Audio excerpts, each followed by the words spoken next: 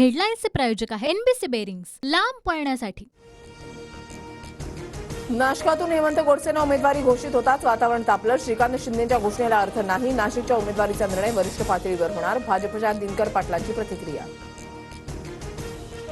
नाशिकची जागा धनुष्यबाणावर लढण्याची कार्यकर्त्यांची भूमिका. दिनकर पाटील यांच्याबाबत वरिष्ठ स्तरावर निर्णय होईल.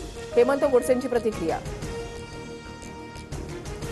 तिकीट मिळालं नाही तर अपक्ष लढणार. श्रीकांत शिंदेच्या हेमंत गोडसेंच्या उमेदवारीच्या घोषणेनंतर शांतगिरी महाराज नाराज.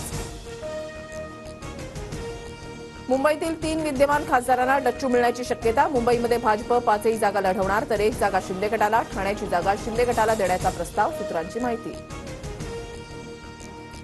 उत्तर पश्चिम मुंबईतून भाजपच्या अमित साटम आणि उत्तर मध्य मुंबईतून पुन्हा महाजनांच्या ऐवजी शेलारांना उमेदवारी मिळण्याची शक्यता. तर उत्तर मुंबईतून गोपाळ शेट्टींच्या ऐवजी पियुष गोयल यांना पसंती. छत्रपती संभाजीनगरमध्ये भाजपकडून भागवत कराड तर शिंदे गटाकडून संदीपान भुमरेंचं नाव निश्चित झाल्याची माहिती. तर ठाकरे गटाकडून खैरे आणि अंबादास दानवेंच्या नावाची चर्चा. छत्रपती संभाजीनगरमध्ये चंद्रकांत खैरेंकडून प्रचार कार्यालयाचं स्तंभपूजन. खैरेंकडून अधिकृत प्रचाराला सुरुवात. सुनेत्रा पवार आज बारामती आणि पुरंदर दौऱ्यावर. पंढरे गावामध्ये अजित पवार गटाच्या कार्यालयाचं सुनेत्रा पवारांच्या हस्ते उद्घाटन. हेडलाईन्सचे प्रायोजक आहे एनबीसी बेरिंग्स, लांब पळण्यासाठी.